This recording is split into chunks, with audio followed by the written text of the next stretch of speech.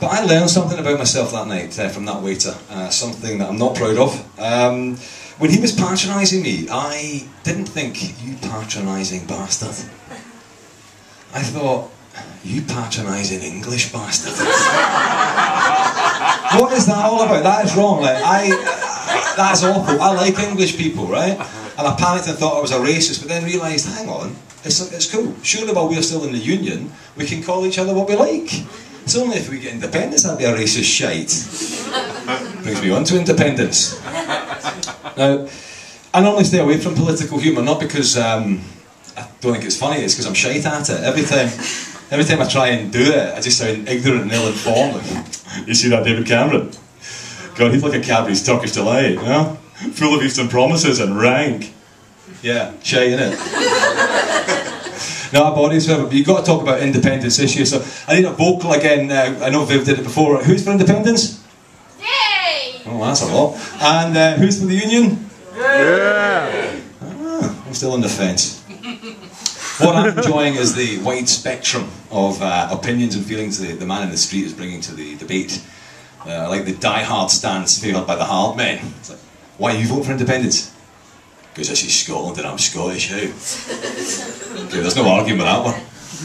Then there's my favourite, the vote cast on personality. Why, you voted for independence? Because David Cameron's a wanker. Why are you voting for the union? Because Alex Salmond's a bellend. Fuck him, vote. That's the game. That is the game. Look, spite is as Scottish a thing as bagpipes and midges. It is the get it right up you factor that makes Scotland great. And it happens everywhere. It happens everywhere. My mate and I went for a burger on West Regent Street at one of these places because he heard the burgers were amazing. Only problem was our waiter was a wee bit zany when we arrived and dared to presume on our day. So what's it today, guys? Just a few beers and a couple of laughs, yeah? Aye, that's right, yeah. And when he went to get our menu, my pal went, is that a fucking dick's problem? He's just been friendly, no? And then when the waiter took my pal's order, he made the mistake of saying, you should so try the burgers. You will love them. Red flag to a bull. Out of pure defiance and spite, my mate said, I love the chicken. So why didn't you order a burger? Fuck him.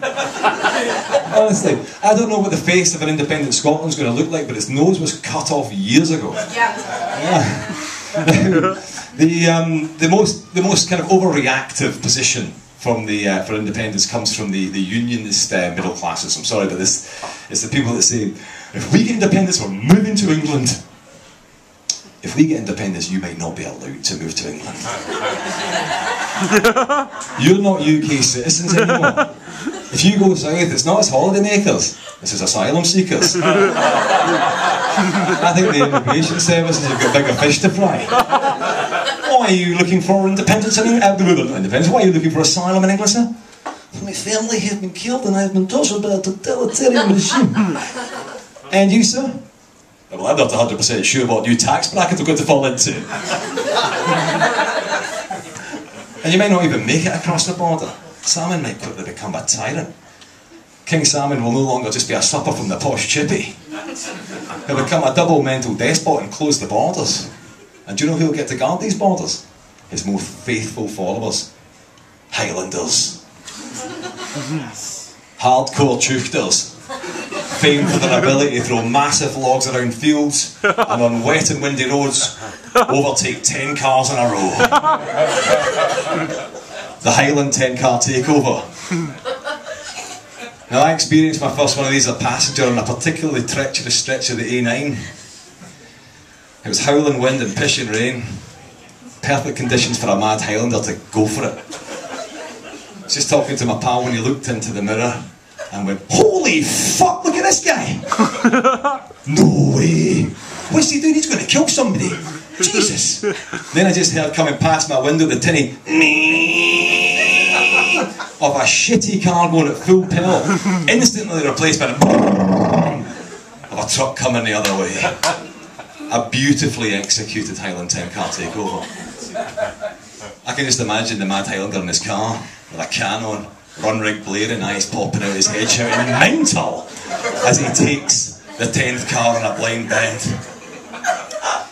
It'll be these nae-fear nutters that are guarding the borders that will round up the middle classes and take them to the newly formed gulags of the north.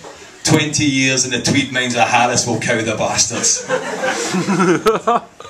Okay, that might not happen, right? It probably won't happen like that. But what is a genuine concern of mine is how shite the telly is going to be. It's a small issue. It is a small issue, yeah. It's a small issue, but it's an important one. It's an important one. TV's important. I fear that all our new telly is going to be like BBC Alba. That's the crappy Gaelic one. That seems to consist of round-the-clock line dancing from Wick. Punctuated only by black and white footage of how shite life was in the Western Isles in the 1930s. Every morning by 2 o'clock, the women folk are in the harbour. For 16 hours they will gut and salt the herring. Except on Sunday where they'll spend 10 hours in the kirk being told how lucky they are. I'm not breaking 300 years of unions on a Saturday night. I can watch I'm a Jacobite, get me out of here. Or Falkirk's Got Talent. Or the new soap, Neighbours.